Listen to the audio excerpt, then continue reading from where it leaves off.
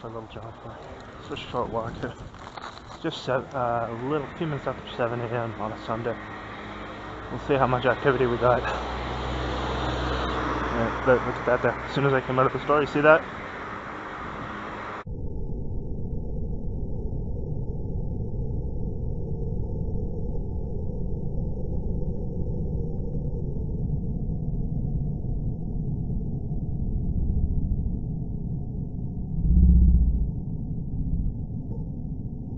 Look at that there. As soon as I came out of the store, you see that?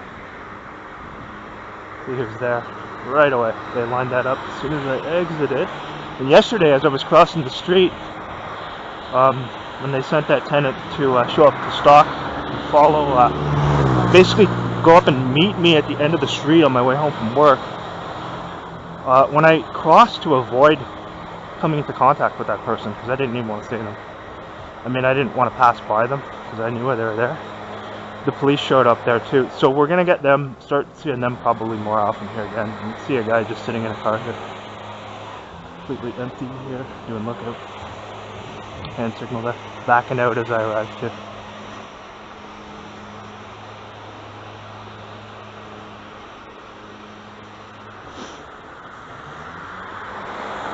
Yeah, so the police here, I mean, do I even need to, I don't need to say that the police here are corrupt, but that's what they're doing on a Sunday morning with no one around. Absolutely quiet here, except for the guy over there doing the cleanup across the street there. 7 a.m. they're showing up when I exit a store to threaten and intimidate, harass and stalk people who you know have done nothing wrong. And while they're doing that there's probably something legitimate that they could be dealing with, but they don't deal with legitimate things. Bear in mind that these are the same people who willingly take part in mass deception events. The people who are supposed to uphold our laws, along with the media, take part in fake events to deceive certain segments of the population. It's just exploiting people. It's all done through deception. And the police, without their involvement, it would not be nearly as effective, because they have to have grossly corrupt members of law enforcement go in and lie to the people who they manipulate into partaking in these activities. And that's a necessity. So again, their involvement is imperative. Certainly, especially the higher ups, who they've made sure they've inserted the most grossly corrupt people into the positions of prominence within the RCMP, within all police departments in this country. And it would seem in various areas around the world as well. So again, it's just 7 a.m. I just go over to the store, police show up right away. Yesterday, as I was coming home, there they are again here. Okay. This is the second Masonic police car here. See if I can get a face here.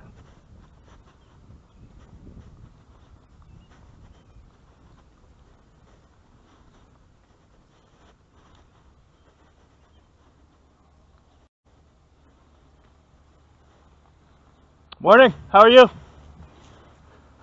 Hey, can I ask you something? Sorry, do you have the time? Not really. No, you don't have a watch? I don't have a watch on me, I was just wondering. I have the time, Yeah. Yes, 7:20. Okay, thanks. Thank you. Have a good one. Yeah. Hey, it's obvious he showed up. There's no one else out here. You saw as soon as I exited the store, they had the police van. And then you see they know I'm going to turn down this street here, right? When I'm coming back, and they have him right there, so. The reason I asked for the time is so I could get some good footage of him. Because when you're from a distance, sometimes the glasses don't pick up who the person is. Another thing, too, that I haven't talked about yet. This goes more into how just disgustingly corrupt the police are in this country. You know what, I'm going to walk up here. See if they show up again. I want to talk about this, now that we're on the subject. Hard to avoid that subject when you're talking about the organized stalking operation. So he says, "Not really. Do you have the time?" "Not really." and then he has a watch. So he knew that he did have it, but he just he didn't want to have any conversation. So. Yeah. So shortly after the activity started and I woke up to what was going on,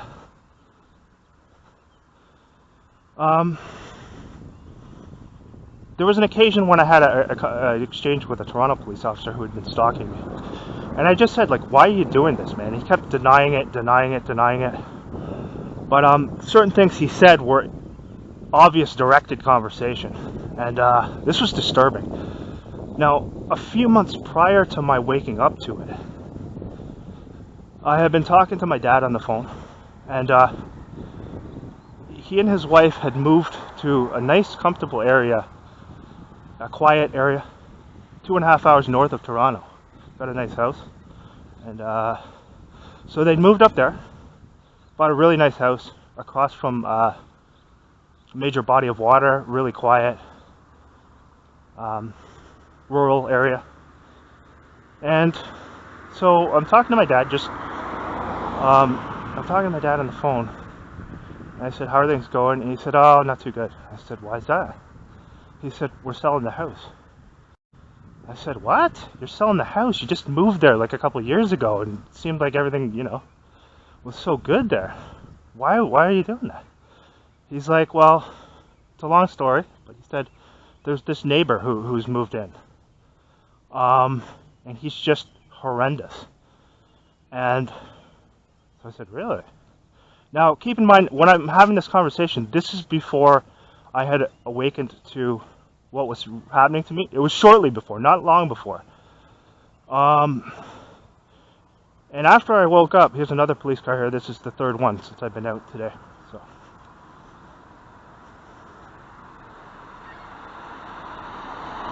same stalker there too. Basically just drove up there and came all the way back. What had happened was,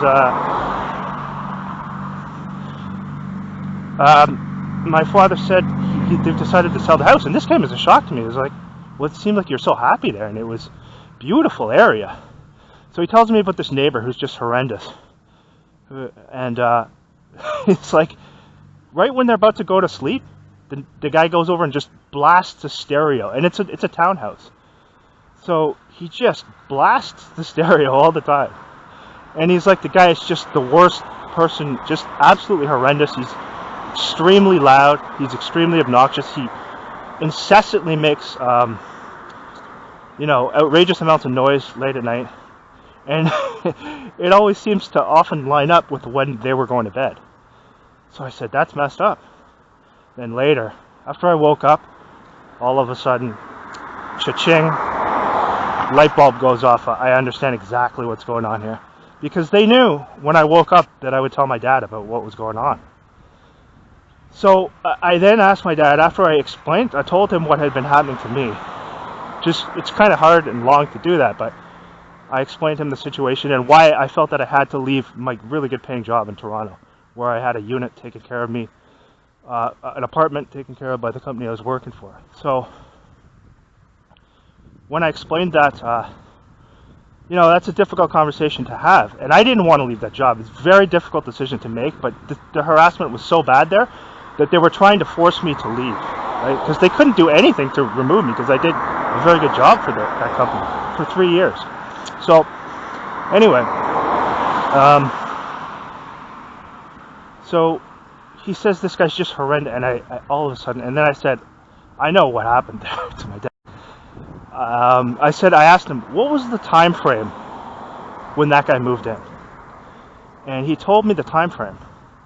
And I said, okay, that was almost right around the same time when I started to kind of notice things being weird, with like the police showing up all the time while I was trying to do my job.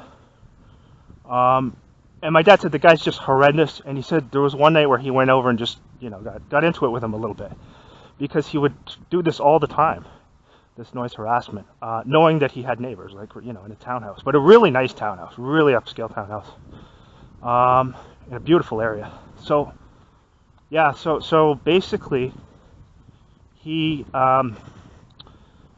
sold the house because of this guy, and I told him, I know what's going on here, right? And I said, I know you're going to find this hard to believe, but they put the guy in there. They put him in there, and my dad's like, no, there's no way they would do that. Yeah, there is. You don't understand. Like, when they're targeting someone and they know that someone is going to go to a family member or a close friend who will support them and believe them, oftentimes they will start some targeting against those people as well. So they knew that I would contact my dad when the stuff started to really get bad, when they wanted me to wake up to it, which I did. It was only then, a couple months later, when I put the pieces together and understood what was going on there. So anyway, there's more to this. So then, a little while later, after I had to leave, the harassment was so bad that I decided to leave that good-paying job I had in Toronto. I haven't gotten anything close to that since. I was the manager of security operations for a property management company, a very prominent property management company in Toronto that paid very well. It wasn't some typical low-paying security job. It was really good. But there was a lot of responsibility as well. So, anyway, what happened was, I'm going to turn back here and then go the other way, go back. So you can see how quiet it is here, and we've seen 3 police vehicles just in a matter of a short time from when I went to the store. So what happened was, this cop was showing up stalking me in Toronto, and during the early times, it's very traumatic to see this stuff, because you think, I'm not a criminal, I've done nothing wrong, why are they doing this? And I still think that, like, even today, like, what the hell, dude? Don't you have anything to do productive? First of all, I've done nothing wrong at all. I have no criminal record. I don't associate with anyone who is involved in crime in any way. I've never broken the law in any way. So that's the thing. That's the difficulty, the cognitive dissonance, to understand that these people who are supposed to uphold our laws are involved in these things without any shadow of a doubt, provably beyond any doubt. You've just seen what happened just here today. They know very well what they're doing there. And they know that I've done nothing wrong and that I have no criminal record, yet they're participating in that. So that says all that you need to know about their integrity. So anyway, getting back, I'm digressing a bit here. So this cop had been showing up to stalk me. And so anyway, I'm telling him, I don't know why you're doing this. I've done nothing wrong. There's no denying what you're doing. You're showing up everywhere I am, and they're oftentimes setting up fake excuses to do things like that. So today they didn't have some fake excuse. They just came right up to me there. So this conversation with this Toronto cop,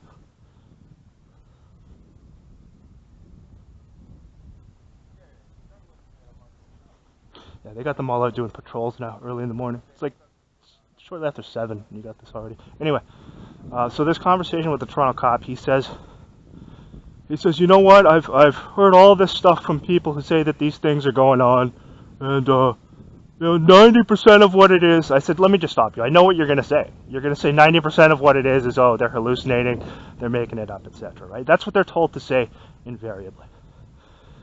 So he said, you know what I would suggest to them most of the time is, yeah, you'd suggest that they go check in with some mental health specialist, right? Yeah, of course.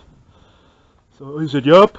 And then he said, you know what, there's this woman who in Toronto who was talking about the same things as you are, and she's saying she's seeing planes. Now the cop said this intentionally because I had been seeing planes all the time. They were literally using planes every time I would leave work. They'd send a chopper as soon as I'd step outside, and I have documented evidence of this, so there's no denying it. So he said that because I would know that it was true, just to smear it in. And I said, she is seeing planes, buddy. You know as well as I do. So this guy was really just one of the sickest, most sociopathic people. I mean, most of these cops are all sociopaths. They are just grossly manipulative, sick people. But this guy was way above even what I had experienced before. So I said, you know what else happens to? I said to him, you know what else is happening? Every time I've moved multiple times, and each time you have people pounding on the ceiling, slamming things down on the ceiling over and over again. Continual noise harassment. I said to him, how is that going to happen when a person moves multiple times at multiple different places and have it be coincidental? He said, well, I don't know. He said something to the effect of, you know what, it's just typical noise. And he said, you know what? He looks at me and he says, now think about this. He says, sometimes I like to play my stereo loud. Really loud, like turn it up really loud. Now, what do you think he was implying with that? Like I said, they had moved this guy in to harass my father. What what they probably did was they initially approached his neighbor and they refused to take part in it, so they moved this perp in and continually do that. So the cop clearly, he knew what was going. He knew that they were harassing my dad, who had nothing to do with any of this, but just because I told my dad about this situation, and if you have a family member who they know will be supportive, oftentimes they're going to do the same things.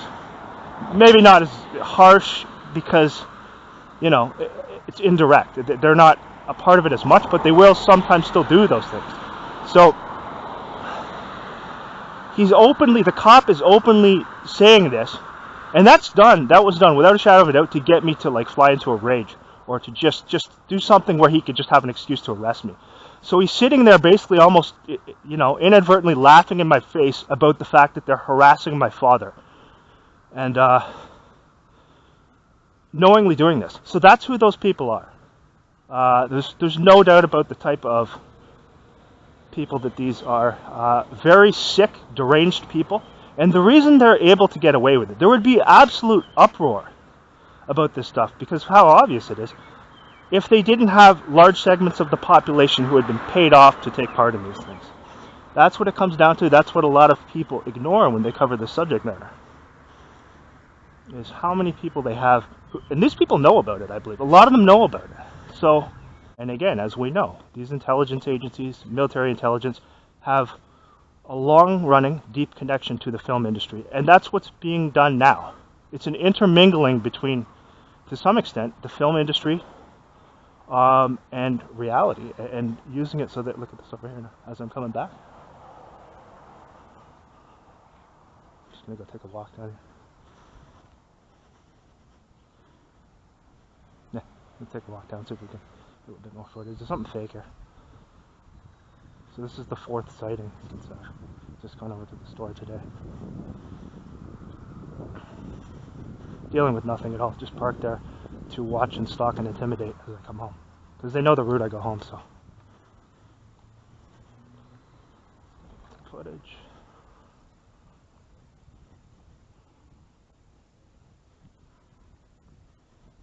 Yeah, nothing productive here at all. Notice he intentionally turns his back too, because he knows I'm going to film it. So that's the same guy. So you see the car there, two cars there, and then you got the one guy here. It's all fake. Set up something fake here. I'm gonna walk up here and I'll walk back. And there's nothing else going on. It's Sunday morning.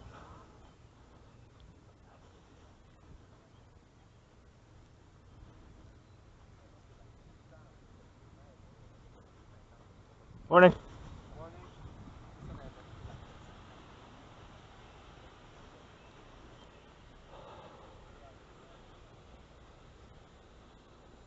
Let's see this.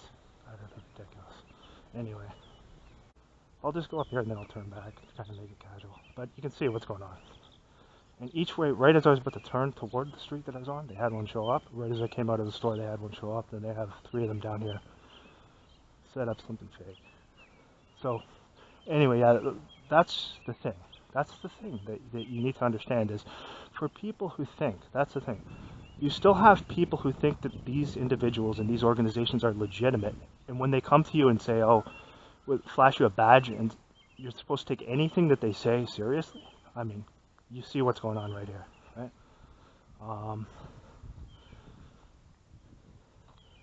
Again, you got to look at it like this, man. Things like this should not be taking place in what we're led to believe is a democratic country. Things like this take place under communist dictatorships.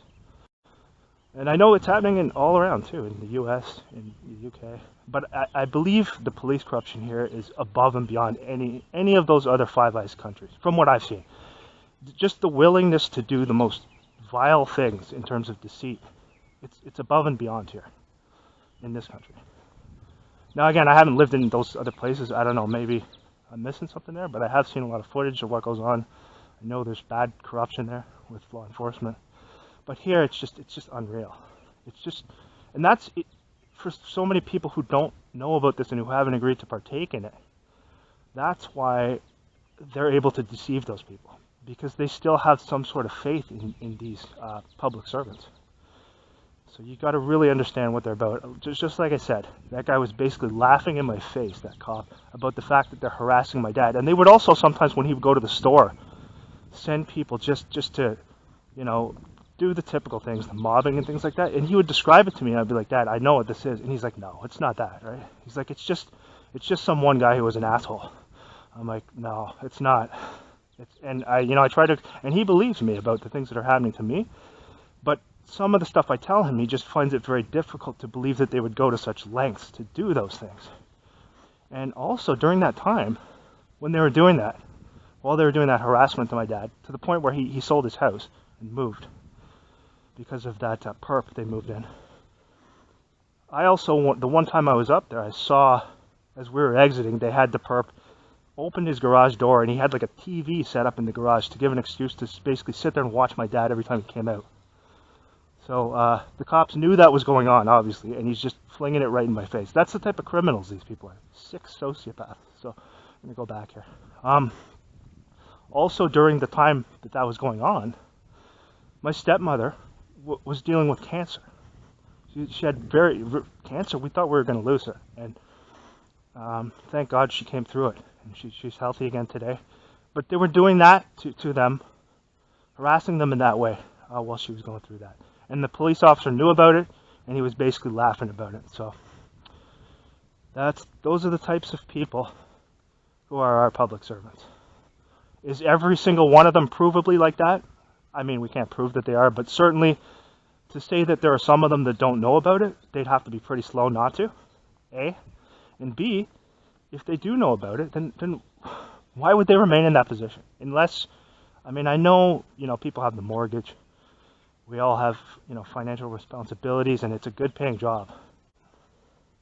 If you have any basic decency and you knew things like that were going on, and okay, don't get me wrong, there have been some police whistleblowers, and those people are brave, and yeah, that is very admirable, the things that they've done. And those people get a lot of them get targeted, no question about that. And those people have done a lot, but this thing is, you don't hear about them because the media covers these things up. And you can see they're just literally just sitting there doing nothing today because I've gone out for a walk. It's all done to evoke a reaction, to get me to say something to them. Yeah, look at this now.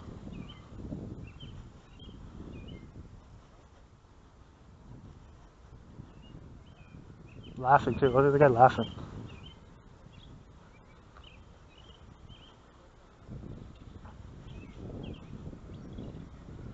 You can see the guy in the vehicle there laughing about what they're doing. He knows. It's good. Got his face.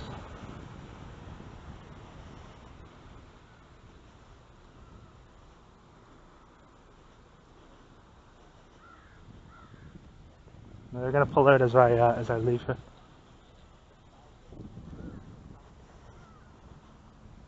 Or shortly thereafter. Maybe they'll pull by me, or they'll go the other way here.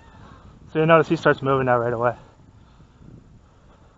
So that's the thing, right? Like, when the people who are supposed to uphold your laws are criminals, you know that you're in a very bad state, that the country's in a very bad state. And clear evidence that is the case right now.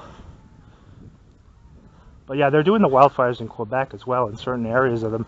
And you can rest assured that the cops are involved in those deception events as well, participating with the media to pretend that they're actually doing things while knowing fully well that fires are being set intentionally, people's homes are being ruined, and also all those wooded areas are going to be gone. So you're going to be forced into the cities. There'll be none of that left in, maybe 20 years from now. A lot of it will be gone. They can't do it too quickly.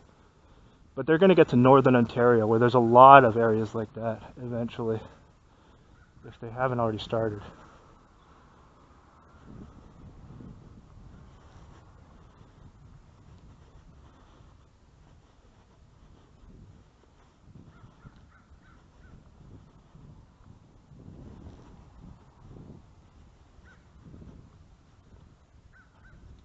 Yeah, you can see the guy there laughing literally. Again, that's done so that I'll say something to them that they can twist around.